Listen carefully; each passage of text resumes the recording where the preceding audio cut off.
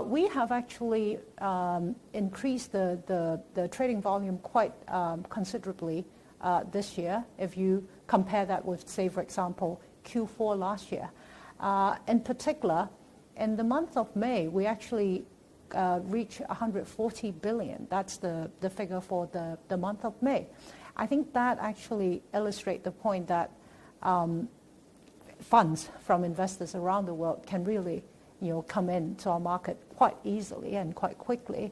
And therefore, we are being cautiously optimistic, as we discussed. And I think a lot of that has to do with the belief that we believe the fundamentals are very strong. 30 new listings this year, $1.7 billion raised. How is the pipeline looking? And we are really far from the heydays when you were the head of listings here at Hong Kong Exchange. What's going to get us back to that? Okay, let me give you an update first. 30 is the number for the first half of this year. We have since then made more additions to our number of listings. So as of today, it's 43. In terms of number of IPOs done, that actually places us in number 4 in the IPO league table in terms of number of IPOs completed.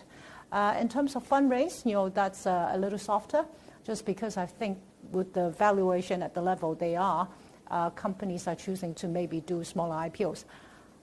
In terms of pipeline, we have about 100 companies waiting to get listed, and it's a very diverse pipeline. So we have issues from very many different sectors. I want to point out a few things.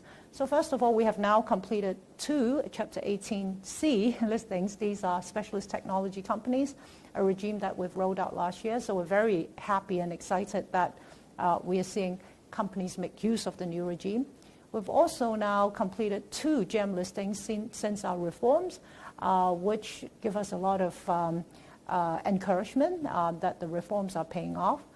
However, I think on this topic, and it relates to how HKEX's ability to support fundraising activities of companies, it's too one-dimensional if we only look at IPOs.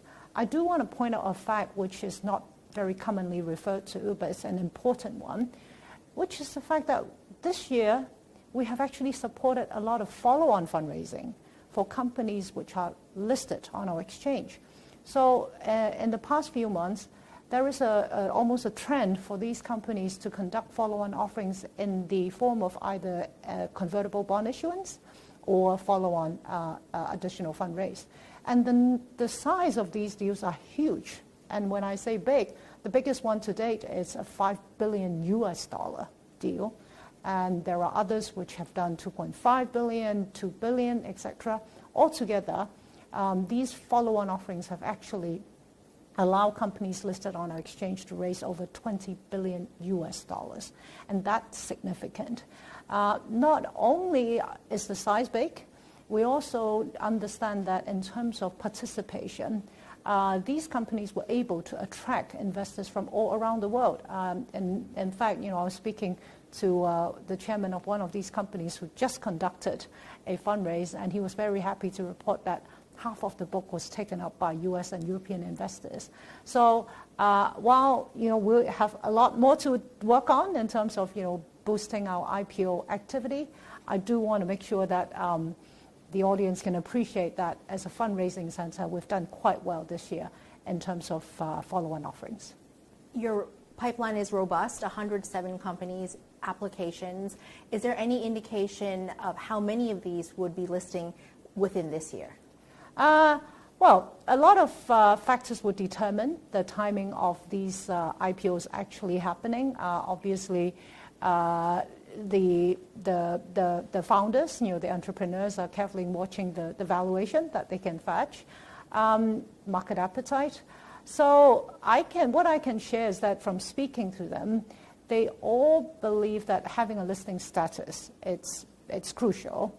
And therefore, the fact that they have made their application is an indication that they do really want to complete their IPO imminently. But going back to my earlier point about follow-on offering, it is very important, right? So I guess when they're considering timing, I often encourage these business owners to consider one point, which is that if the valuation is not at the most optimal level, it doesn't matter, right? Get the listing done first, maybe with a slightly smaller offering.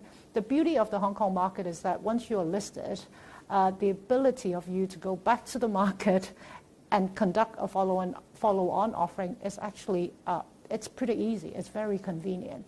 So I guess every business owner will have their own set of considerations, but I'm quite confident that a lot of them will get done.